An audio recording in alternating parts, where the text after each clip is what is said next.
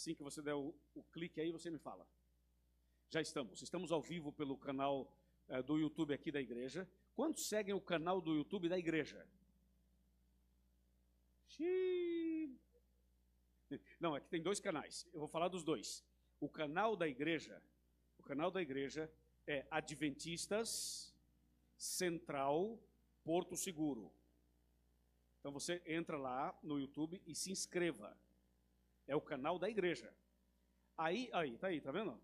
E aí você aproveita e entra no meu também. O meu é o meu nome, é Luiz Gonçalves Oficial. Luiz Gonçalves Oficial. Entra no nosso canal e se inscreva também. Eu vou explicar para vocês por que a gente pede para as pessoas se inscreverem. Já vou falar logo agora, para vocês verem a importância do assunto. Eu estava fazendo uma classe bíblica via Zoom para 3 estados americanos. As igrejas de 3 estados americanos se reuniram e me pediram para fazer uma classe bíblica via Zoom o ano passado. Foi para Nova York, para New Jersey e para Pensilvânia. E aí eles se reuniam toda terça-feira via Zoom e eu fazia uma classe bíblica para 400 pessoas. Era uma classe bíblica muito grande pelo Zoom. E aí eu continuei pregando ali e tudo. Um dia, uma mulher que mora lá em Nova York, em Manhattan, é uma brasileira, é casada com um americano, e essa mulher estava fazendo uma pesquisa no YouTube, na internet, assim, né? E aí ela pesquisou no Google várias coisas e foi ver alguns vídeos no YouTube para a pesquisa dela. Aí terminou a pesquisa, terminou de ver os vídeos, e quando ela terminou de ver os vídeos, sabe quando você assiste um vídeo no YouTube e você termina e o YouTube te sugere outro? Então, ela terminou de ver os vídeos dela, aí o YouTube sugeriu um vídeo para ela. E aí você imagina que vídeo que entrou lá. Um vídeo meu, falando sobre o estado da pessoa na morte. O que acontece com a pessoa depois que morre. A mulher terminou a pesquisa e entrou esse vídeo. Ela olhou e falou assim, era minha dúvida. Eu queria saber sobre isso. Aí clicou e assistiu o vídeo. Quem foi que mandou o vídeo para ela? O YouTube. O YouTube. Esse vídeo teve tantas visualizações que o YouTube entende que esse vídeo tem que ser mandado para mais pessoas. E o próprio canal distribui. O próprio YouTube distribui. A mulher assistiu, ficou impactada, pegou meu nome, foi lá, digitou, pesquisou mais vídeos, viu mais vídeos, estudou mais, e ficou um mês pesquisando vídeo todo o tempo. Aí falou assim, não é possível, eu tenho que me entregar a Jesus. Aí ela vai no Google e pesquisa uma igreja adventista em Nova York. E ela achou a nossa igreja no bairro do Queens, em Nova York, uma igreja luso-brasileira, e ela então conseguiu o telefone do pastor de lá, tudo pela internet. Ligou para o pastor, falou, pastor, você é da igreja do Chega Mais Perto? Ele falou, sim, eu sou da igreja do Chega Mais Perto. Aí ela falou assim, eu quero ir à sua igreja, que dia tem culto? O pastor falou, sábado que vem. Que horas? 10 da manhã. Estou aí sábado. A mulher foi lá no sábado, nunca mais saiu da igreja. Eu fui lá o ano passado e preguei no batismo dela. Entendeu? Porque a gente fala, se inscreva. Quanto mais você se inscreve, quanto mais você movimenta o canal, mais o YouTube entende que aquele conteúdo é importante. Aí ele distribui. Gente, vamos botar o YouTube para dar estudo bíblico? Vamos botar o YouTube para dar estudo bíblico? Vamos botar esse YouTube para levar o evangelho. O que a gente faz? Se inscreva no canal da igreja, se inscreva no meu canal e vamos ampliar, ampliar, ampliar. E mais pessoas serão abençoadas. Amém? Bom, dito isto, nós vamos agora ao tema de hoje. Eu só queria dizer que o tema de ontem, só no meu canal, porque eu não olhei no canal da igreja, mas eu olhei no meu, só o tema de ontem teve 5.000 computadores ligados até antes de eu vir para cá. 5.000 computadores ligados. Se você colocar uma pessoa por computador, são 5.000 pessoas. Se colocar 2, são 10.000. Se colocar 3 vezes 5, 15. Então você vê como é importante a gente aproveitar esse momento e transmitir para que outras pessoas recebam a palavra de Deus em outros lugares. Amém? Bom, o tema de hoje, vocês já viram nas redes sociais? Eu posto no meu Instagram, a minha esposa prepara os meus temas cada dia. E eu postei no meu Instagram, quem assistiu, quem viu já sabe que o tema de hoje é Encontro Transformador. É o tema de hoje. Vamos abrir a Bíblia, por favor, no livro de Atos dos Apóstolos. Atos dos Apóstolos, capítulo 9. Vocês estão me ouvindo bem aí, irmãos? Está todo mundo me ouvindo bem? Sim? Ok. Atos dos Apóstolos, capítulo de número 9. Versículos, a partir do versículo 1.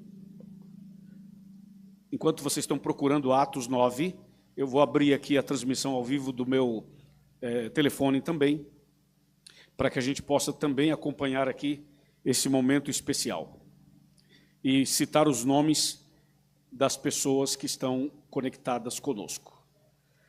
Deixa eu ver aqui, só mais um pouquinho.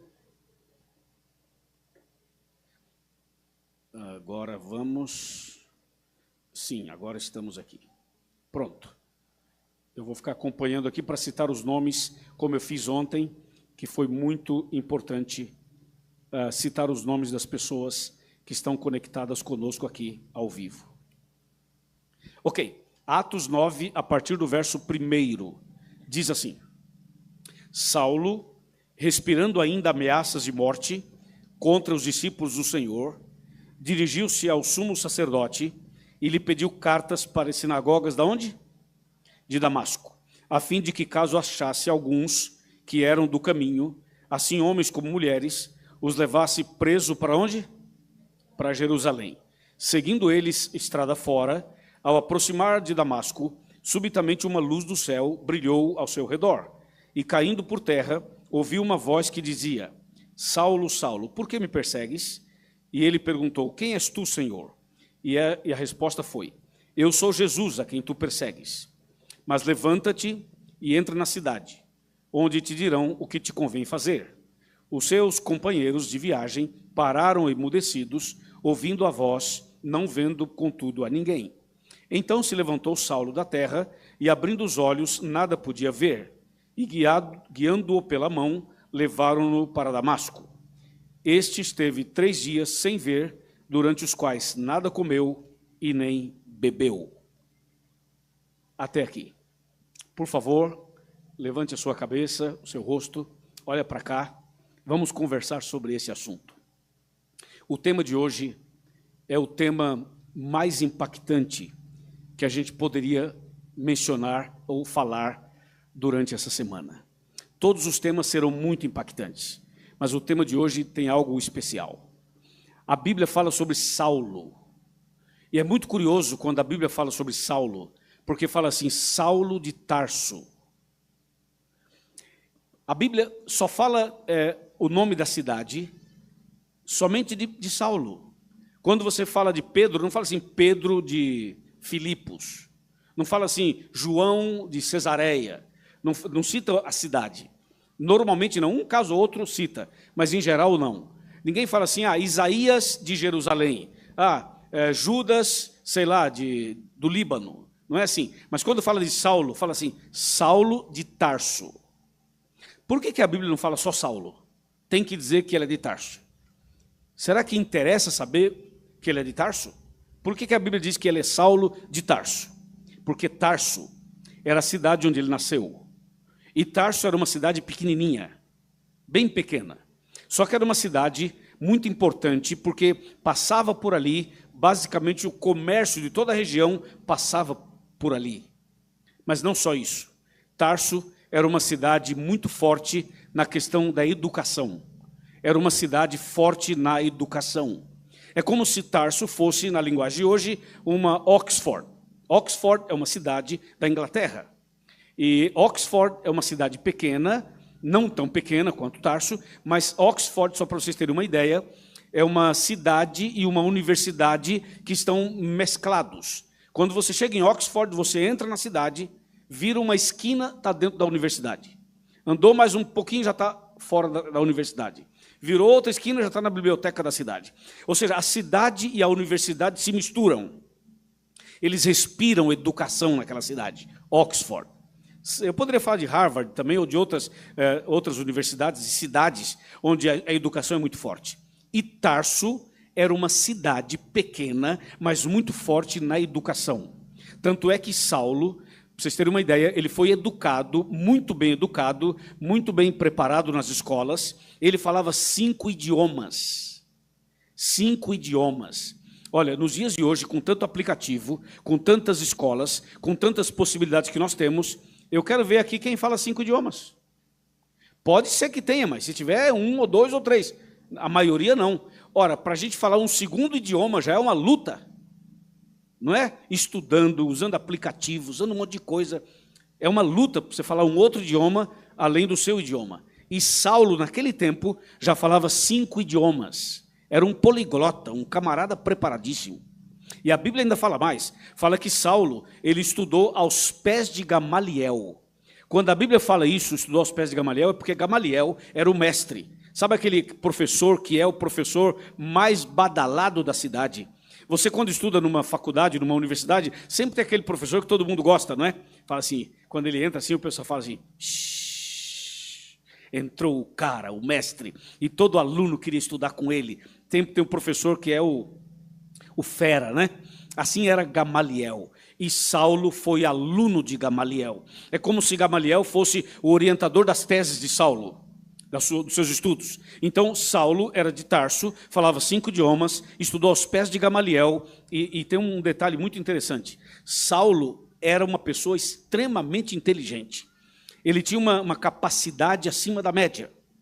E Saulo era colérico.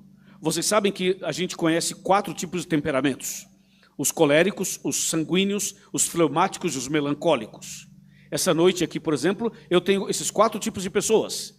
Os coléricos, os sanguíneos, os fleumáticos e os melancólicos. Saulo era colérico, era pragmático, era uma pessoa fria, era uma pessoa racional, era uma pessoa calculista. Saulo não ia pela multidão. Saulo não era atraído pela multidão. Saulo não era conquistado pela emoção. Saulo não era conquistado pela música, pelo fundo musical, por alguma coisa que pudesse fazer o outro chorar. A Saulo não. Saulo não se entregava dessa maneira. Então, Saulo era um tipo colérico, sabe? E geralmente os coléricos são bons líderes, são bons diretores de empresas, são bons professores e mestres, pessoas que estudam bastante. Ok, assim era Saulo de Tarso. Só que Saulo, com toda essa envergadura, com toda essa capacidade, com toda essa estrutura educacional, com todo esse preparo acadêmico, ele era religioso.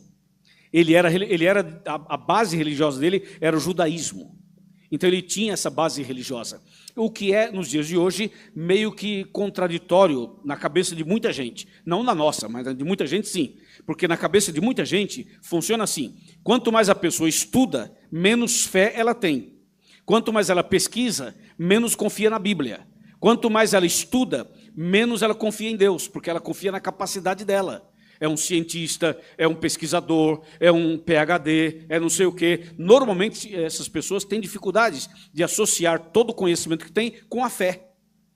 Né? A gente sabe que tem muita gente que tem conhecimento e tem muita fé, mas, em regra geral, você sabe que muitos jovens, quando vão para a faculdade, para a universidade, normalmente ele começa a questionar, mas e o Mar Vermelho, foi assim, não foi? Foi milagre, foi um fenômeno natural? Aí começa a pesquisar, duvida da Arca de Noé, duvida do dilúvio, começa a questionar um monte de coisa. Então, Saulo é um exemplo de que a pessoa pode ser de alto nível acadêmico e ser um homem de fé. E ser uma pessoa de fé. Assim era Saulo de Tarso. Um homem religioso, um homem que tinha uma base religiosa extremamente sólida e era convicto da sua fé. Um dia, Saulo ficou sabendo do cristianismo. O cristianismo estava sendo estabelecido por Cristo. Cristo estava na terra. Cristo pregou, ensinou, repreendeu, curou, direcionou, fez tudo sobre a salvação e morreu na cruz e tudo isso. Então Jesus implantou o cristianismo. E o cristianismo era um movimento que sofria vários embates e várias críticas, porque o cristianismo estava surgindo justamente dentro de um contexto em que o povo judeu não aceitava nem a Cristo. Até hoje, o povo judeu não aceita Cristo. Até hoje, o povo de Israel não aceita Cristo. Como povo, como nação, não como indivíduos, mas como nação. Então, o cristianismo estava sendo estabelecido, plantado, e começou a crescer, se multiplicar, e Saulo estudou o cristianismo, analisou o cristianismo, e Saulo diz assim, esse negócio não pode crescer. Se ele se prolifera, se ele cresce, nós estamos perdidos, porque o cristianismo tem uma base extremamente sólida e que vai causar certos problemas para nós. E Saulo diz, nós temos que acabar com esse negócio. O cristianismo não pode crescer assim e dominar tudo, não pode. Isso aqui não pode, essa nova religião não. E Saulo começa, ele mesmo, a perseguir os cristãos. Ele começa um processo de perseguição. A Bíblia relata que Saulo era uma pessoa temida. Os cristãos tinham um temor em relação a ele, porque ele era uma pessoa que era contra os cristãos. A Bíblia chega a dizer que havia um homem chamado Estevão. Essa história está em Atos capítulo 7. E Estevão era um cristão, era um servo de Cristo, era uma pessoa convertida no cristianismo.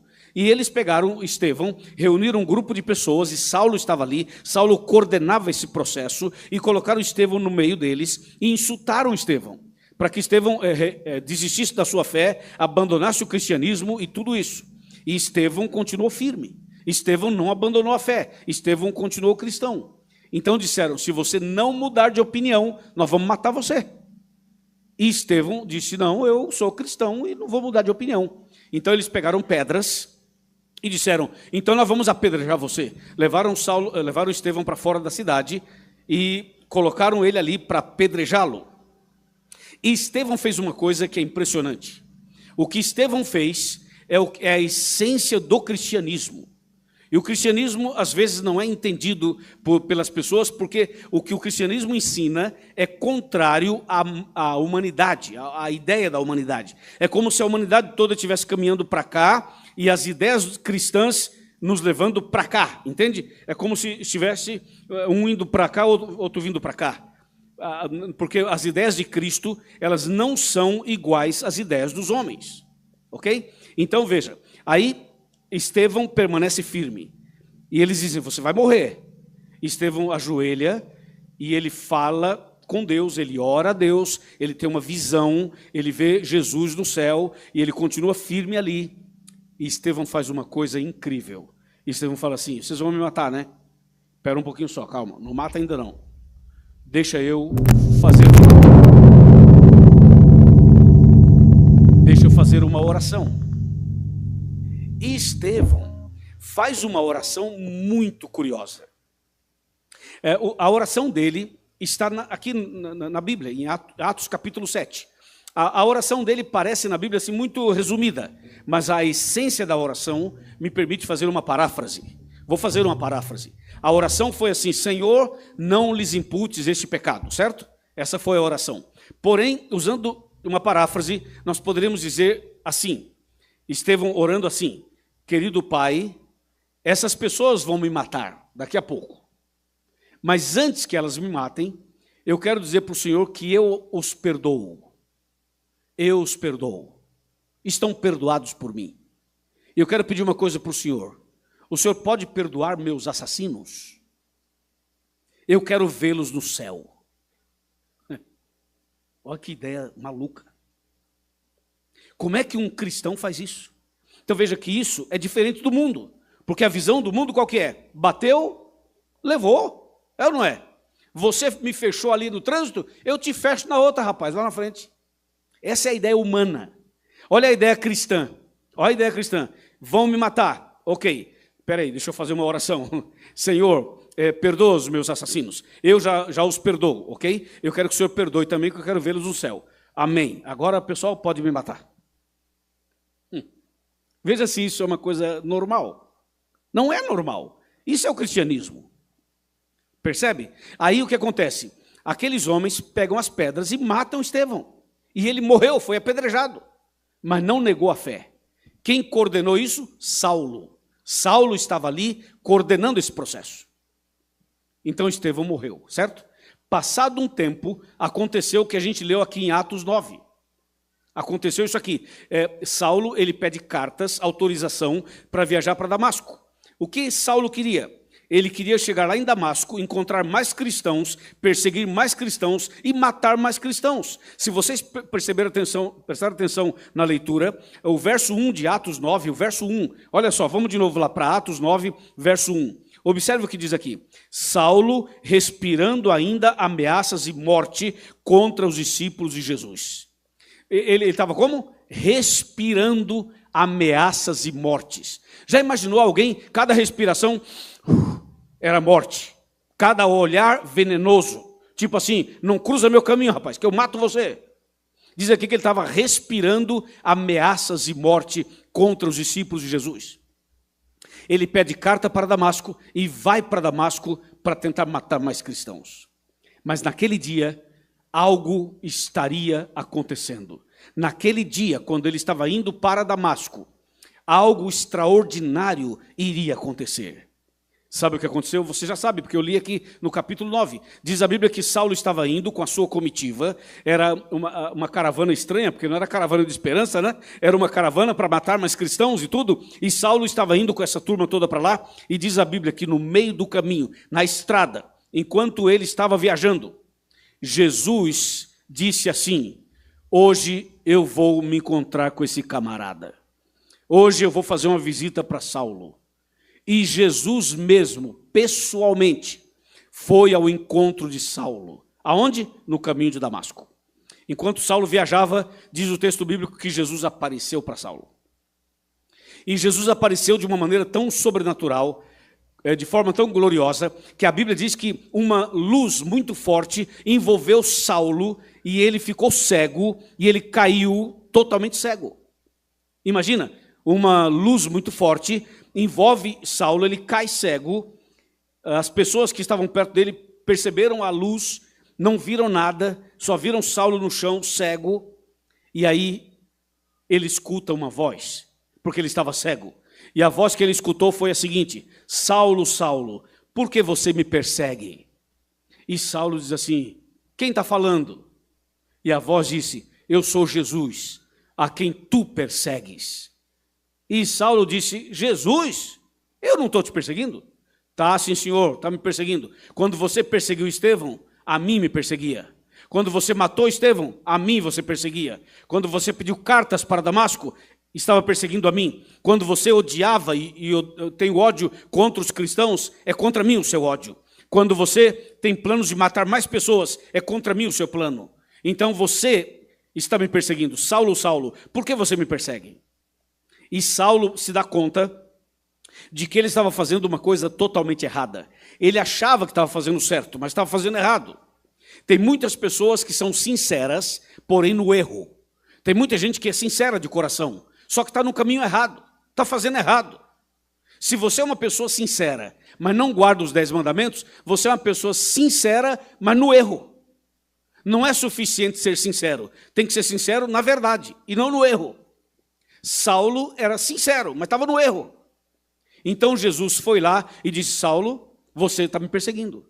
E quando Saulo cai totalmente cego, escuta a voz de Jesus, percebe que está fazendo uma coisa errada, aí Saulo, quebrantado, cego, doutor Saulo, poliglota Saulo, aluno de Gamaliel, de Tarso, o cara, o PhD, o homem de alto nível, o homem que sabia tudo e sabia muito mais do que tudo, era o homem que todo mundo queria estar perto dele. Agora o doutor Saulo estava cego, no chão, quebrantado, humilhado no chão.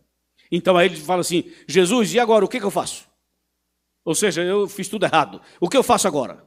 Aí Jesus fala assim: Saulo, fique tranquilo que as pessoas vão levar você até a cidade. Lá você fica lá na cidade, senta lá numa casa X, senta no banquinho lá e fica lá esperando que lá será dito a você o que você tem que fazer. Aí levaram Saulo até a cidade, ele sentou lá numa casa, num banquinho, e ficou lá todo humildezinho, quebrantado, cego, esperando alguém orientá-lo. E aí Jesus apareceu para um evangelista. Jesus foi até o evangelista chamado Ananias. Falou: Ananias. Jesus apareceu para ele, deu uma visão para Ananias. Ananias, Ananias. Ananias falou: eis-me aqui, Senhor. Ananias tem que fazer uma visita hoje. É, Jesus, para quem? Para Saulo. Qual Saulo? O de Tarso? É, o de Tarso. O senhor quer que eu visite Saulo de Tarso? Sim, você vai visitar Saulo de Tarso. Eu? Sim. Ele disse: não, eu não vou. Por que não vai? Porque Saulo de Tarso é terrível. Ô Jesus, o senhor conhece Saulo de Tarso? Está me mandando visitar esse homem? Eu não vou, não. O senhor não viu que ele matou Estevão? Não viu que ele estava perseguindo mais não sei quem? Não viu o que ele fez em tal lugar? Não viu o que ele aprontou em tal lugar? E eu vou visitar esse homem? Eu é que não vou. Porque se eu for, ele vai me Matar. Jesus disse, Ananias, é o seguinte, vai tranquilo, porque Saulo está convertido. Eu já converti o coração dele. Ele está sentadinho, quebrantado. Ele está lá esperando você. Vai lá. E Ananias fala assim, Senhor, tem certeza que ele está convertido? Sim, eu tenho certeza. Tá bom, então eu vou. Ananias foi. Chegou lá, viu o doutor Saulo humilde, quebrantado, derramando lágrimas. Uma nova criatura. Você já viu alguém que era duro na queda e um dia se converteu? Já conheceu alguém que era difícil de aceitar e finalmente aceitou, se quebrantou, chorou e disse, eu quero mudar de vida? Eu já conheci várias pessoas assim. E assim foi Saulo. Ananias chegou e Ananias, que era um evangelista, não ficou dando voltinha não. Ananias chegou e falou assim, Saulo, por que te demoras? Levanta-te, recebe o batismo e lava os seus pecados, invocando o nome de Jesus. Assim Saulo se converteu. Assim Jesus mudou a vida desse homem. E esse homem passou a ser conhecido como Paulo. Ele tinha dois nomes, Saulo e Paulo, mas ele passou depois a ser mais conhecido como Paulo, o grande apóstolo Paulo, convertido por Jesus no caminho de Damasco. Por isso que o tema do meu sermão de hoje é o encontro transformador. Esse foi o encontro que transformou o coração de Saulo. Agora, Saulo era um cristão. Agora, Saulo era membro da igreja. Agora, Saulo era um seguidor de Jesus. Agora, Saulo era um pregador do evangelho. Era uma testemunha, era um seguidor de Cristo. E agora, Saulo começa a testemunhar, contar sua conversão, pregar para as pessoas, anunciar a salvação para as pessoas. E Saulo começa a ser usado por Deus de uma maneira sobrenatural. Para vocês terem uma ideia, Saulo escreveu, são atribuídos a ele 14 livros da Bíblia. É o que mais escreveu livros da Bíblia. E Paulo, o grande apóstolo Paulo, que é o mesmo Saulo, agora convertido, ele se tornou o maior pregador do Novo Testamento, o maior evangelista do Novo Testamento, o maior plantador de igrejas do Novo Testamento, o maior teólogo do Novo Testamento. A teologia de Paulo hoje é estudada nas academias de teologia no mundo inteiro. A teologia paulina é talvez a teologia mais complexa que tem de se estudar e de se entender. Porque Paulo, inspirado pelo Espírito Santo, escreveu coisas tão profundas, que até hoje as pessoas não entendem. Eu vou dar 2 exemplos da teologia paulina, para você ver como Deus usou esse homem, que era um perseguidor e agora passou a ser um seguidor, um cristão, um servo, um instrumento nas mãos de Deus. Escutem 2 exemplos. Exemplo número 1. Tem um texto que Paulo escreveu aos Romanos. E aos Romanos ele fala assim, porque o fim da lei é Cristo, para a justiça de todo aquele que crê. Esse verso é uma polêmica. Esse verso na mão de uma igreja evangélica que não aceita os 10 mandamentos é um prato cheio. Porque a pessoa diz assim, está vendo? A lei foi abolida. Olha o que Paulo fala aos Romanos. O fim da lei é Cristo. Quer dizer, Cristo veio, a lei acabou. Não precisa guardar mais a lei. Está vendo? Os adventistas estão errados. Olha o que Paulo fala. O fim da lei é Cristo. Então pegam esse texto, Romanos 10:4. Aí você vê que as pessoas não entendem a teologia paulina. As pessoas leem a Bíblia e não entendem a Bíblia. E insistem em pregar o erro. Sabe o que Paulo está dizendo nesse verso? Paulo não está dizendo que Cristo chegou e aboliu a lei.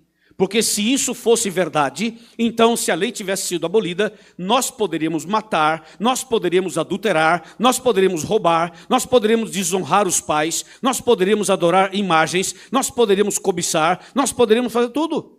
Se Jesus veio e a lei foi abolida, então a lei toda foi abolida. Então não é isso que Paulo está dizendo. As pessoas pegam o texto de Paulo, torcem o texto, tiram do contexto e criam um pretexto para justificar a sua rebeldia e a sua transgressão. É que o que Paulo escreveu é muito profundo. Então o que significa quando ele diz assim, o fim da lei é Cristo?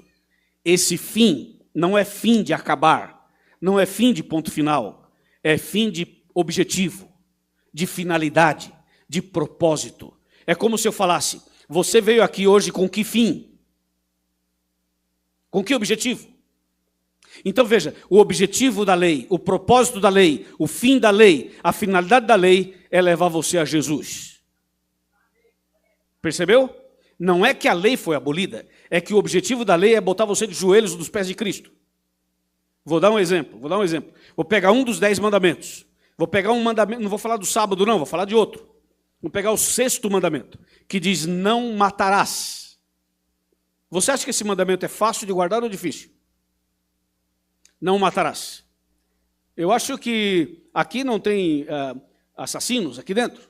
Ou você sai por aí matando as pessoas? Não, não sai. Então, não matarás parece fácil de guardar, não parece? Ah, eu não mato ninguém, não é ou não é? Não faço mal para ninguém.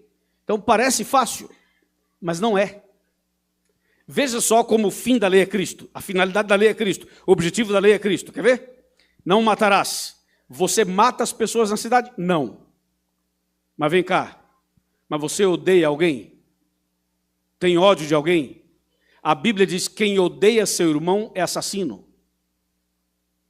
Então, não matarás significa não odiarás. Não guardarás mágoa. E tem mais. Você fuma. Se fuma, está quebrando esse mandamento. Porque o não matarás significa não fumarás. Porque se você fuma, está se matando. Significa não beberás bebidas alcoólicas. Se beber, está se matando. Significa não usarás drogas. Se usar drogas, está se matando. O mandamento fala não matarás. E mais, se você pensa em suicídio, pode parar. Porque o não matarás é não mate o próximo e não mate a você mesmo. Não matarás. O não matarás vai mais longe. O não matarás significa se alimente corretamente. Não coma comidas erradas. Coma comida que a Bíblia aprova. Porque se você comer errado, está se matando. O não matarás é durma mais cedo. Não fique a madrugada toda acordado. Vai dormir mais cedo. Pratique exercício físico. Cuide do seu corpo, da sua mente, da sua saúde. Entendeu? Não matarás é cuide da sua saúde. Cuide de você e cuide dos outros.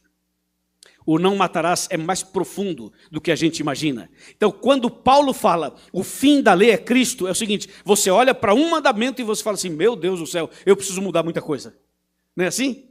E aí como é que você vai mudar? Ajoelha aos pés de Cristo e fala, Senhor, me dê a tua graça, para que eu possa guardar os teus mandamentos. Perceberam a profundidade do que Paulo escreveu aos Romanos? Eu dei um exemplo. Agora eu vou dar o segundo exemplo. Tem um texto de Paulo que ele fala assim, de todos os pecadores, eu sou o principal. Já ouviram esse texto? Eu sou o principal deles. Acho que Paulo está mentindo, não está não? Porque eu estava pensando assim, se Paulo diz que é o principal dos pecadores, eu sou o quê? Você é o quê? Se Paulo era um homem cheio do Espírito Santo, escritor da Bíblia, poderoso na palavra, e fala que de todos os pecadores ele é o principal, então nós somos quem? Percebeu? O que Paulo quer dizer com isso? Ele estava sendo demagogo? Não. Estava mentindo? Não. Então o que significa isso? Um homem tão próximo de Deus diz que é o principal dos pecadores. Veja que não bate muito assim facilmente. Mas na verdade o que Paulo está dizendo é algo mais profundo. Veja uma coisa. Quando uma pessoa está longe da luz, quanto mais longe da luz você se encontra, menos você se enxerga. Quanto mais longe da luz você está, menos você enxerga as coisas. Se tiver uma manchinha na sua blusa, no seu blazer, na sua camisa, no seu vestido, no seu terno, se tiver uma manchinha de nada, e se você está no escuro, você não vê. Mas quando você sai das trevas, sai da escuridão e vai se aproximando da luz, cada vez mais perto da luz, quanto mais perto da luz você chegar, mais você vai ver defeitos que lá você não via. Você já entrou numa casa extremamente limpa, ou num apartamento extremamente limpo, que você chega, você não tem coragem de entrar, você tira os sapatos. Porque está tão limpo, que você diz, não posso entrar assim, eu tenho que tirar os sapatos. É assim, quanto mais perto de Deus você chega, mais você se enxerga. Quanto mais perto de Jesus você estiver, mais você vai dizer assim: gente, como eu sou pecador, eu preciso da graça e da misericórdia do Senhor.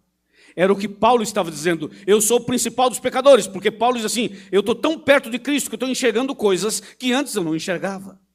Por isso, irmãos, é muito comum você ouvir pessoas por aí falando assim: ah, eu não preciso batizar, sou uma boa pessoa.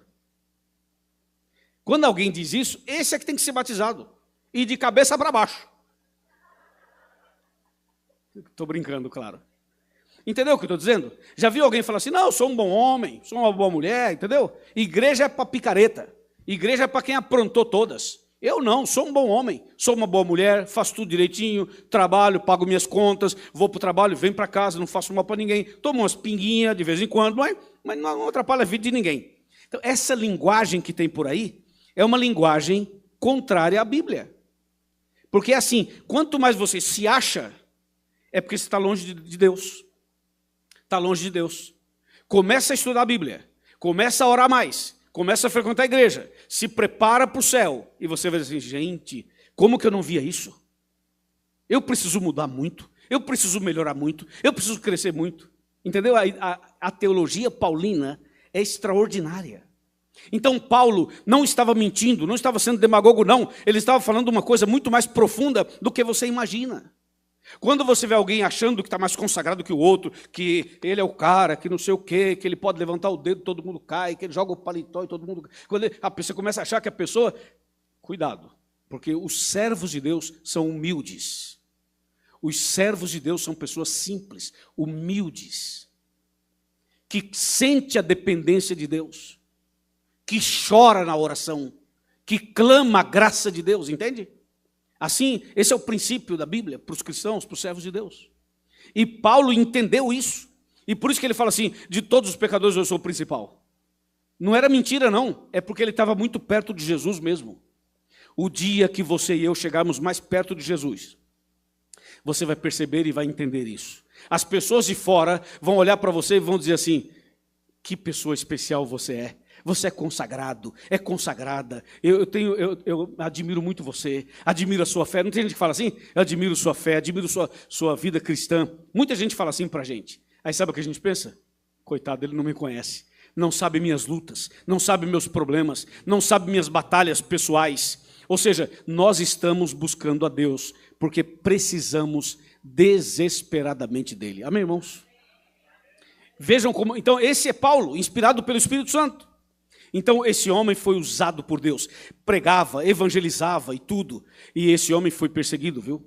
Paulo foi perseguido terrivelmente, perseguido, sofreu tudo que você possa imaginar. Paulo só não sofreu mais que Jesus Cristo, mas, humanamente falando, no Novo Testamento, fora J no Velho, no Novo Testamento, não tem ninguém no Novo Testamento que sofreu e que foi perseguido tanto quanto Paulo. E por que foi perseguido? Por causa de Cristo.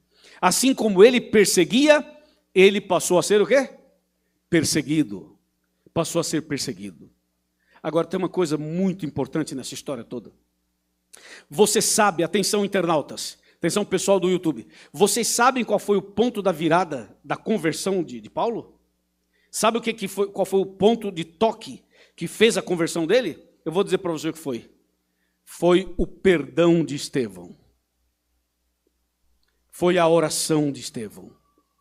Meus irmãos, quando a gente perdoa uma pessoa, quando você ora pela pessoa, isso tem um poder libertador. Quem já sentiu raiva sabe o que eu estou dizendo. Quem já sentiu mágoa sabe o que eu estou dizendo. Gente, a raiva, a mágoa, o ódio é um veneno. Um veneno. E a pessoa que tem ódio no coração, sabe como os especialistas dizem?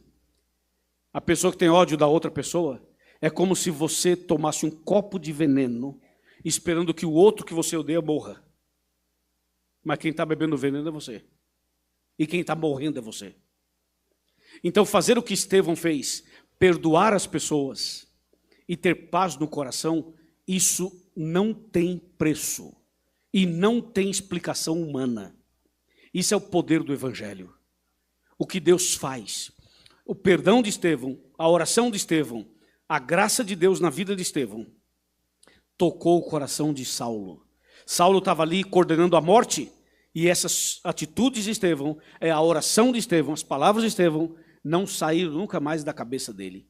Ele pensou, que homem é esse? Que a gente insulta e ele não fica com raiva. A gente ameaça e ele ainda nos ama. A gente mata e o cara nos perdoa. O que é isso? Isso é cristianismo. Isso é cristianismo. Vocês viram o que aconteceu em Paris, nas Olimpíadas? Aquele negócio da Santa Ceia? Do quadro da Santa Ceia? Lembra? Que fizeram lá um negócio meio estranho ali, meio não, muito estranho. E vocês viram que criou um rebuliço no mundo inteiro, e as pessoas dizendo assim, cadê os cristãos agora? Cadê o Vaticano? Cadê não sei quem? Onde estão os pastores, que ninguém fala nada? Tem que se pronunciar, tem que ir para a internet, tem que falar, e não sei o quê, e tal, e todo mundo calado. O pessoal não entende o que é cristianismo. Isso tem que acontecer, e vai piorar. Deus não está procurando advogados. Deus está procurando testemunhas. Testemunha é assim, viva o cristianismo. Alguém disse, por que não fizeram isso com Maomé? Porque o islamismo não é como o cristianismo. O islamismo resolve na base da força. O cristianismo não é assim. O cristianismo é diferente. Vou dar um exemplo para vocês. Jesus, quando esteve aqui na terra, ele chamou quantos discípulos? Conversem comigo, quantos? 12. Aí Jesus chamou os 12. E ele andava pelas ruas e andava com os 12. Então Jesus curava um cego. Os discípulos falavam assim, uau, esse é o Messias. Curou o cego. Nunca vimos nada igual. Aí anda mais um pouco, aí cura um leproso. O pessoal diz assim, yes, esse é o Messias. Estamos seguindo o Messias, ele é o cara. Aí anda mais um pouco, expulsa o demônio de uma pessoa, os discípulos ficam encantados. Gente, nós fomos abençoados, estamos seguindo o Messias, esse é o Messias. Aí um dia tem uma tempestade no mar da Galileia, Jesus levanta os braços, as mãos e diz, cala-te, aquieta-te, e o mar se acalma, o vento para, e os discípulos olham e falam assim, quem é esse homem? Que privilégio nós temos de seguir o Messias.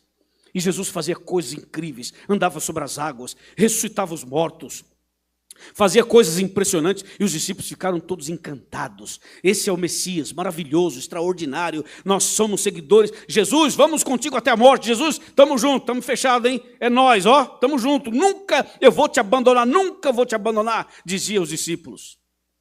Aí chegou um dia em que Jesus foi preso no Getsêmani. E Jesus não fez nada. Depois foi julgado e condenado. Jesus não fez nada. Depois colocaram uma cruz sobre ele. Ele não fez nada. Botaram uma coroa de espinhos e ele calado. Aí vem a pergunta, é o Messias? É o Messias? Que Messias fraco é esse que não faz nada? Espera aí, vou pegar uma espada, Pedro. Vou cortar a orelha desse cara. Pá, cortou. Jesus falou, Pedro, não é assim que funciona. Se eu quisesse me defender aqui, Deus mandaria os anjos e resolveria o problema num levantar de dedo.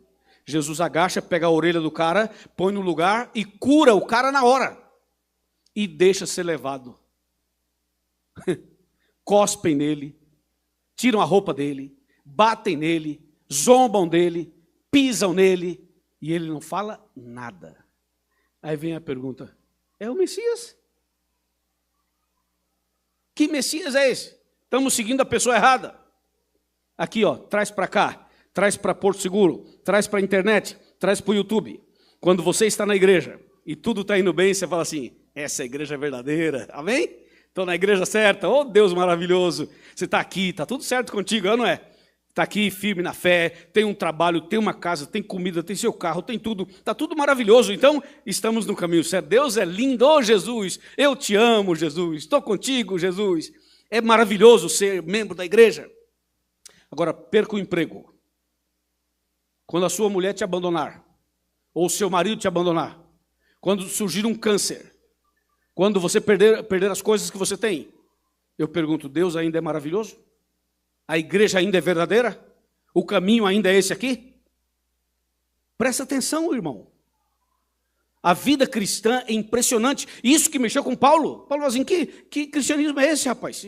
Se esse negócio cresce, nós estamos fritos. E cresceu tanto que converteu ele. Então, gente, entenda uma coisa. Nós não podemos seguir a Jesus esperando que Ele vá resolver todos os seus problemas. Se chover, Ele é Deus. Se não chover, Ele é Deus do mesmo jeito. Se Ele der o que você está pedindo, aleluia. Se Ele não der, aleluia do mesmo jeito. Se você está saudável, amém. Se não está, amém. Servir a Deus quando tudo vai bem é fácil. Mas servir a Deus quando você está mal, aí é difícil. Quando o diabo acusou Jó perante Deus, o diabo falou assim, ó aqui Deus, sabe por que esse camarada é fiel a você? Porque o cara é rico, tem tudo, entendeu? É um empresário de sucesso. Desse jeito até eu, todo mundo é fiel a você, com tanta prosperidade. Tira a riqueza dele que eu quero ver. E Deus permitiu que o diabo tirasse a riqueza dele. E você sabe da história, ele permaneceu firme. É ou não é? Aí o diabo diz assim, não, mas ele está firme porque ele tem saúde ainda. Ele não tem mais nada, mas tem saúde. Tira a saúde dele. Deus falou assim, eu não vou tirar, mas eu autorizo você que tire, mas não toque na vida dele. E Jó perdeu tudo, perdeu os filhos, perdeu a esposa, perdeu todo mundo, perdeu dinheiro, perdeu seus bens, perdeu sua riqueza, perdeu seus cartões de crédito, perdeu seus carros, seus cavalos, suas empresas, perdeu tudo. E perdeu a saúde. Ficou com uma ferida da cabeça aos pés, sentado em cima de um monte de cinza e se coçando com cacos. E sabe o que ele disse? Deus me deu, Deus tomou. Bendito seja o nome do Senhor. Aí dá um nó na cabeça do Satanás. Não dá um nó, não? Aí o diabo diz assim, mas peraí, que negócio? Aí não tem condições. Quer dizer, eu faço, apronto, piso e quebro tudo e o cara não abandona Jesus. Então isso é cristianismo, estão me entendendo? Isso é cristianismo. E Deus está chamando você para você ser um cristão verdadeiro. Uma cristã verdadeira, que anda e segue os passos de Jesus. Amém, irmãos? Está fraco, amém, irmãos? Aí até uma criança soltou um amém legal lá atrás. É isso aí, amém. E finalmente, para que fique bem claro esse assunto, eu fico impressionado com essas coisas todas, eu poderia ficar aqui a noite toda dando exemplos, assim, sabe, bem claramente.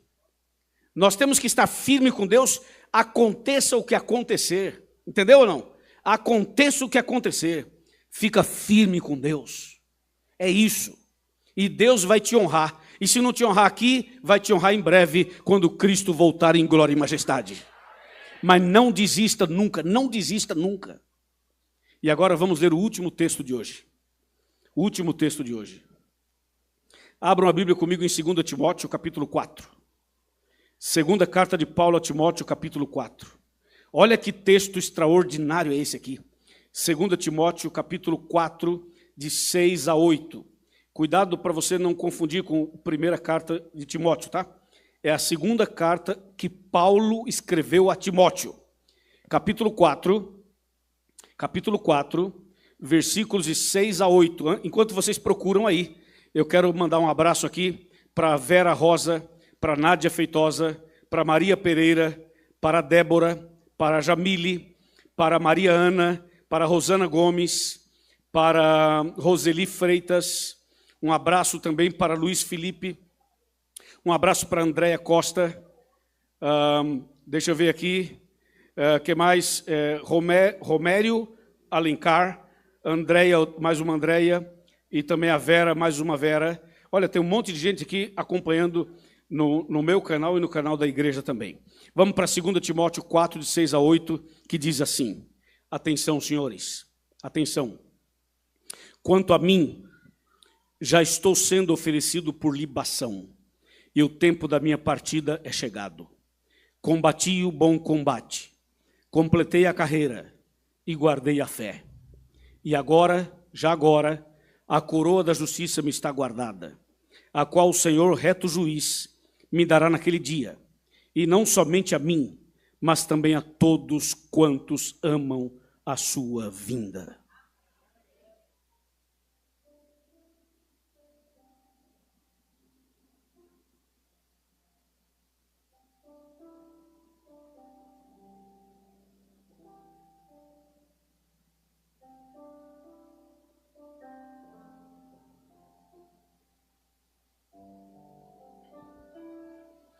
Pensa num texto emocionante, é esse aqui. Prenderam o apóstolo Paulo. E alguém chegou para ele e falou assim: Paulo, amanhã, 3 da tarde, você vai morrer. Nós vamos matar você amanhã. E você será decapitado.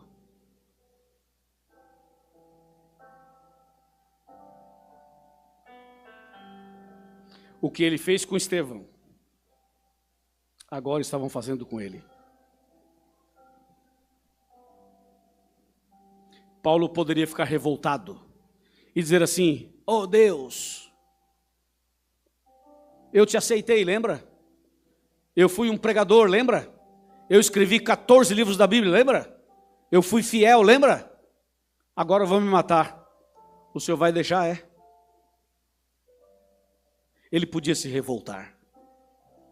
Se você fosse ao médico hoje e descobrisse uma doença incurável, qual seria a sua reação?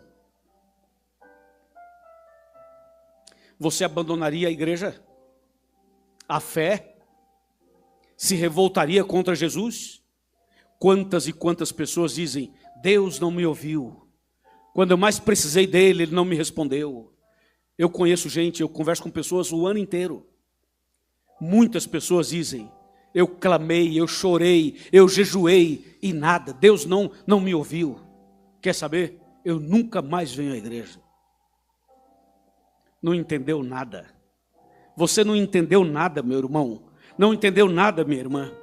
Paulo poderia ter reclamado e dito: Senhor, está vendo? Eu não queria te seguir. Lembra? Eu não queria. O Senhor foi lá no caminho de Damasco e me converteu. Agora vão me matar amanhã. Está vendo? Não adianta. Não adianta. O Senhor me abandonou. É ou não é? Ele podia reclamar, se revoltar. Mas sabe o que ele diz? Ele diz assim: já estou sendo oferecido por libação de sacrifício. E o tempo da minha partida, morte, é chegado. Aí Paulo fala assim: eu quero fazer uma declaração para todo mundo, para Porto Seguro, para Grande Porto Seguro, para a Bahia inteira, para o mundo inteiro. Quero fazer uma declaração. Eu vou morrer amanhã, vão me matar amanhã, mas anotem aí, vou deixar escrito, diz Paulo: combati o bom combate. Que combate é esse que ele combateu? É aquele combate quando ele dizia assim: o bem que eu quero fazer eu não faço, mas o mal que eu não quero eu faço. Quando eu quero fazer o bem, o mal está comigo. Miserável homem que sou, quem vai me livrar dessa morte? Paulo tinha uma guerra dentro dele, e todos nós temos uma guerra dentro de nós, uma luta diária, constante, para ficar firme na fé. E Paulo diz assim: combati o bom combate. Você sabe como é que a gente combate o bom combate? É de joelhos no chão. O combate da fé é com joelhos no chão. Quer vencer os combates? Põe o joelho no chão. Quer ser vencedor? Põe o joelho no chão. Quer ser transformado? Põe teu joelho no chão e clame o sangue de Jesus. Paulo disse: eu combati o bom combate. Aí ele fala na sequência: completei a carreira, terminei a carreira. Eu acho isso maravilhoso. Quando ele fala, terminei a carreira, sabe o que ele está dizendo? Eu não desisti. Eu não desisti. Dona Nalva, que está com câncer, me deram aqui a informação no telão. Dona Nalva está com câncer. Então é para a senhora essa palavra, irmã Nalva. Paulo diz assim: completei a carreira. Irmãos, olhem bem nos meus olhos. Vamos terminar a carreira? Vamos completar a carreira? Sabe o que é isso? Vamos terminar a jornada, a caminhada. Não vamos desistir. Chegamos até aqui. Não retroceda. Não volte para o mundo. Não volte para a lama. Não volte para os vícios. Não volte para o mundão lá fora. Paulo diz: eu terminei a carreira. Precisamos terminar a carreira. Precisamos completar a carreira. Estou falando para alguém que está fraco na fé. Não desista. Estou falando para alguém que já estava pensando em abandonar a igreja. Não abandone, não. Estou falando para alguém que já abandonou a igreja e está aqui hoje. Não desista, nunca. Termine a sua jornada. Termine a sua caminhada. O céu é logo ali.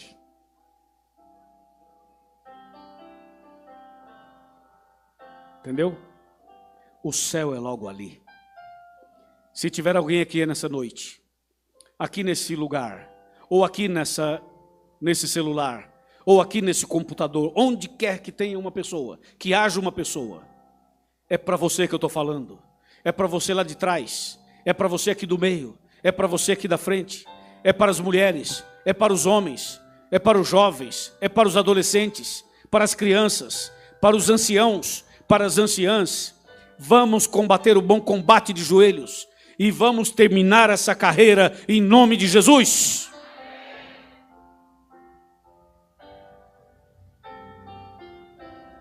Completei a carreira, diz Paulo. E ele finaliza dizendo assim: e guardei a fé. Eita, Deus maravilhoso. É de arrebentar, não é?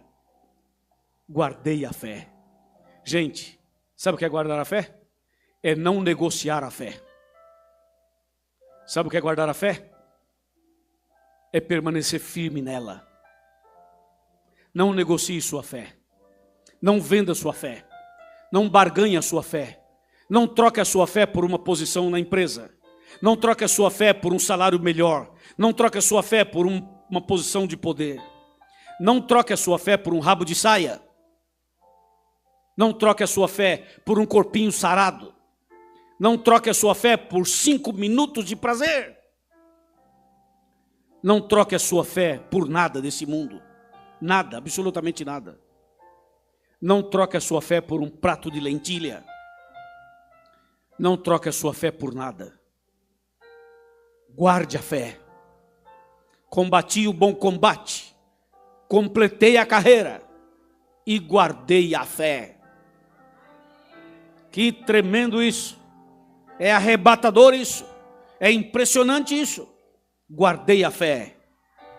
Eu quero apelar a vocês que guardemos a fé. Que a sua fé não seja abalada por um TikTok. Que a sua fé não seja abalada por um Instagram. Que a sua fé não seja abalada por um homem ou uma mulher qualquer que fala bobagem por aí sem estudar a Bíblia. Vamos permanecer firme na fé, combater o bom combate, completar a carreira e guardar a fé. E Paulo termina no verso 8 dizendo: porque desde agora a coroa da justiça já está garantida para mim. A coroa da justiça me está garantida. E diz: e não somente para mim, está garantida para mim e para todos que creem na vinda de Jesus. Ele fala: a coroa da justiça me está guardada e o Senhor reto juiz me dará naquele dia, quando ele voltar em glória e majestade. Essa noite, esse lugar aqui se transforma no caminho de Damasco. Essa noite, esse lugar é como o caminho de Damasco. E você é como Saulo de Tarso. Estamos aqui no caminho de Damasco. Cada um com seus problemas, cada um com suas lutas, cada um com suas limitações, cada um com seus pensamentos, cada um com suas barreiras. Essa noite, esse lugar é o caminho de Damasco. E Jesus está passando por aqui. Ele quer iluminar você. Às vezes temos que ficar cegos para esse mundo, para enxergar as maravilhas do reino de Deus.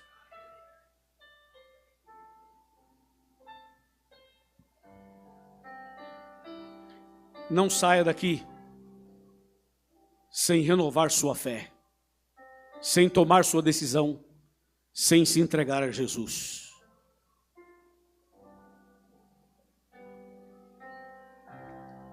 esse é o momento de pegar o celular e fazer uma chamada de vídeo. Esse é o momento. Espero que você consiga. Às vezes a gente chama e não dá certo, mas vamos tentar, os que quiserem. Enquanto você está tentando fazer uma chamada de vídeo, eu quero fazer uma pergunta. Onde estão os meus amigos com esse cartãozinho aqui? Por favor, coloquem-se de pé, por favor. Aí onde vocês estão, coloquem-se de pé. Segura o cartãozinho na mão e coloque-se em pé. Mesmo quem já se levantou ontem, se levanta hoje outra vez. E agora eu queria pedir aos amigos deles, ou familiares, os irmãos da igreja que estão aqui, que conhecem essas pessoas, levantem-se ao lado delas, como um gesto de apoio, como um gesto de discipulado, como uma atitude de companheirismo na caminhada. Olhe para o seu lado, vê se não tem alguém sozinho. Se tiver alguém sozinho, vai lá e fica perto da pessoa. E agora vocês que estão em pé, por favor, eu queria pedir a vocês que juntamente com seus amigos chegassem mais perto. Por favor, saiam daí e venham aqui à frente, por favor. Camila, pode vir aqui, Camila, também. Obrigado, viu? Obrigado. Obrigado. Deus te abençoe. Obrigado. Olha que cena mais bonita. Ver vocês se levantando e vindo para cá. Ah, estamos aí. Quem conseguiu a chamada de vídeo, vem à frente também. E fique com o celular mostrando aqui para mim. Isso. Que a pessoa me veja. Que ela esteja me vendo. Tá bom? Que ela esteja me vendo. Quem tem a chamada de vídeo, por favor, mantenha a pessoa aí no vídeo. Mantenha a pessoa aí no vídeo, que a gente vai fazer uma coisa bem bonita daqui a pouco. A pessoa está me vendo aí? Está me vendo? Sim? Ok. Eu vou pedir ajuda aqui da minha assistente. Eu queria que você pegasse os celulares que estão com a chamada de vídeo e colocasse todos aqui em cima. Não, esse aqui não tem ninguém. Esse aqui não tem ninguém. Isso. Coloca aqui, faz aqui uma central de atendimento. Uma central de atendimento, de ver se a pessoa está, se eu estou aparecendo aqui. Deixa eu ver se eu estou aparecendo aqui. Calma aí. Aí sim, faz aqui uma central de atendimento. Podem colocar aqui os celulares aqui. Vamos fazer aqui uma central de atendimento. Pode colocar aqui. Exatamente, coloquem aqui sobre a mesa. Bem arrumadinho, bem organizadinho, por favor. Coloca aí, não sai não, fica aí. Pessoal que está na chamada de vídeo. Depois cada um vai pegar o seu celular de volta. A câmera tem que estar virada para mim. Aí, muito bem, coloca aqui. Aí, muito bem, está aqui. Olá! Oi, gente, estou aqui, ó. Não, aqui não está aparecendo não, vamos virar aqui. Vamos virar essa câmera aqui. Pronto. Virem a câmera para eu ver as pessoas. Maravilha. Aí, vamos ver aqui como é que está aqui. Esse aqui, arruma aí. Esse é um momento muito importante, hein? Essa é uma central de atendimento. Aqui é uma central... cabe mais, gente. Se arrumar direitinho, cabe mais. Ó, se arrumar direitinho, cabe mais. Chega mais perto. Exatamente. Ó, cabe mais aqui. Vamos colocar aqui. Oi, gente. Estou aqui, ó. Estou aqui. Fiquem aí. Ei, sogra. Como é que chama? Dona Miriam, fica aqui, viu? Vamos orar com a senhora. Fica aqui. Deixa aqui. Tá tudo aqui? Aí, excelente. Aí, oi, irmã querida, nós vamos orar, viu? Vocês todos que estão aqui, fica aí firme, vamos orar já já. Que beleza, maravilha. Esse aqui? Quem está aqui? Qual o nome dele? Oi, Railan. Kailan? Fala, Kailan. Tudo bom, meu amigo? Fica aí, fica firme aí. Vamos orar por você já já. Aqui, mais um aqui. Pastor, tem que arrumar uma mesa maior, pastor. Quem está aqui? Ei, irmã... Ah, tu não virou a câmera, peraí. Tem que virar a câmera. Ei, irmã Nalva. Tamo junto, mulher de Deus. Fica aí. Fica aí, que nós vamos orar, viu? Vamos orar. A Rose lembrou da senhora rapidinho aqui. Fica aí, que aqui eu tenho uma turma aqui. Deixa eu ficar aqui agora, aqui. Eu tenho que entrar aqui. O Emerson, pastor. Quem está aí? O Emerson, meu irmão. Fala, o Emerson. Deus te abençoe, meu amigo. Fica aí, que nós vamos orar. Fica aí. Nós vamos orar. Como é que chama ele? Rafael. Fala, Rafael. Você está onde, rapaz? Onde ele está? Em Porto Seguro? Deus te abençoe, viu? Venha para cá amanhã. Venha para cá amanhã. Fica aí para a oração, fica aí. Como chama seu filho? Fala, Mateus. Ó, depois você vai ler Mateus 22, verso 29. Fica aí que nós vamos orar, viu, Mateus? Fica aí, fica aí. Fala, Patrícia. Mas tem duas aqui. Patrícia e Isabela. Tudo bom? Fica aí que nós vamos orar, viu? Não sai não, não sai não. Fica aqui. Oi, Eliene. Tudo bem, mulher de Deus? Fica aí que nós vamos orar, viu? Fica aí, fica aí. Eu não sei se eu vou conseguir falar com todos, mas deixa todo mundo aqui. Ei, irmã Lídia. Como chama? Ide. Ei, irmã Ide. Irmã Ide. Deus abençoe a senhora. Fica aqui com a gente, fica aqui com a gente. Deixa ela aqui. Fala, Isaac. Como é que tá, rapaz? Fica aí para a oração, tá? Fica aqui para a oração. Só um minutinho. Ei, Neuza. A senhora está onde? Está aqui na Bahia? Tem janta aí? Tem comida boa aí? Tem açaí? Eita, rapaz, tá ficando bom essa conversa. Espera aí. Fica aqui que nós vamos orar, viu? Fica aí, tá? Prazer é meu. Fica aqui, não sai não. Quem? Geu e Gil. Ah, mas tu tem que virar a câmera, viu? A câmera não tá virada. Quem tá aqui? Ei, Evani. Tudo bem, Evani? Deus te abençoe, viu? Amém. Fica aí para a gente orar, tá?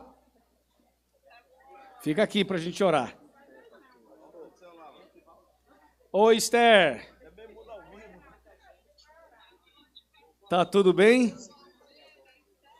Deus te abençoe. Fica firme aí. Amém. Vamos orar, viu? Já, já. Fica aqui. Gente, eu não vou conseguir falar com todo mundo, não. Vira a câmera, vira a câmera. Não. Fala, Arthur. Tudo bem, rapaz? Então tá bom, vamos orar por você, tá? Fica aqui, fica aqui, fica aqui. Ei, Cauã. Tá calor aí, Cauã? Vai um terno e uma gravata aí, não? Não. Ó, fica aí que nós vamos orar por você, tá? Fica aí. Gente, não vão embora não, viu? Que o negócio tá só começando. Fale... Opa, você tem que virar a câmera. Ô, Netivaldo. Tudo bom? Deus te abençoe, meu amigo. Fica aí firme na fé que a gente vai orar por você, tá? Índia Tainá, lá da aldeia. E? Índia Tainá. Eu tive lá hoje? Com ela não? Outra aldeia? Aldeia velha. Oi, Tainá. Tudo, e vocês? O prazer é todo meu, viu? Deus te abençoe. Amém, amém. Ó, vem para cá amanhã, viu? Combinado. Fica aqui que eu vou orar por você. Aqui está. Oi, Marina. Tudo bem? Você é abençoada, tá cheia do Espírito Santo, né? Amém? Fica aí para a oração, tá bom? Vamos orar. Olá, Val. Tudo bem? Fica aqui que nós vamos orar por você, tá? Vamos orar por você. Amém. Gente, eu vou ter que fechar aqui agora. Oi, Raíssa. Tudo bem? Deus te abençoe, viu? Fica aí para a oração, viu? Gente, agora vamos fazer o seguinte. Eu preciso agora avançar aqui. Segura um pouquinho aí. Atenção, gente. Todo mundo aqui, atenção. Põe aqui. Abre um espaçozinho aqui. Gente, é um negócio diferente, né? Diferente, não é? Mas tá valendo a pena ou não tá? Tá valendo a pena. Agora é o seguinte, eu queria fazer uma pergunta. Quantos aqui entenderam a mensagem de hoje? Levanta a mão. Amém. Segunda pergunta, quantos aqui desejam passar pela genuína transformação que passou o apóstolo Paulo? Amém, amém. Outra pergunta, tem alguém aqui que deseja se batizar esta semana? Levanta a mão. Esta semana, até sábado, porque eu quero estar no seu batismo. Estou vendo ali algumas mãos levantadas, um aplauso. Parabéns. Tem mais alguém que quer se batizar essa semana, até sábado? Levanta a mão para eu ver, já vi ali os dois. Tem mais alguém? Meus parabéns, uma salva de palmas para ele. Depois conversa. Ah lá, pastor, mais uma lá atrás. Levanta a mão, uma salva de palmas para a irmã ali atrás. Pastor, tem que pegar esses nomes. Quem mais? Eu preciso de uns 30 até sábado. Mas assim, ninguém se sinta forçado. É convite com muito respeito, tá bom? Com muito carinho, para que você possa se batizar. Tá bom? Nós vamos orar agora. Quem vai orar comigo é a Camila, que já está aqui. Eu quero então falar com os internautas do meu canal, dizer o seguinte: se você também deseja ter a experiência de transformação que o apóstolo Paulo teve, então, por favor, escreva aqui agora nos comentários dizendo transformação ou eu quero ser transformado. Escreva aqui nos comentários. Deus abençoe você. A gente se vê amanhã aqui ao vivo, outra vez pelo meu canal. A gente vai continuar ao vivo no canal da igreja. Um abraço e até amanhã. Camila. Tudo bem, Camila? Tudo bem. Chega mais perto, Camila. Camila, você tem uma missão hoje, hein, Camila? Você vai ter que pegar o seu tempo da música, cantar um tempo olhando para essas pessoas, depois tem que cantar assim aqui, ó, assim, ó, tá vendo assim?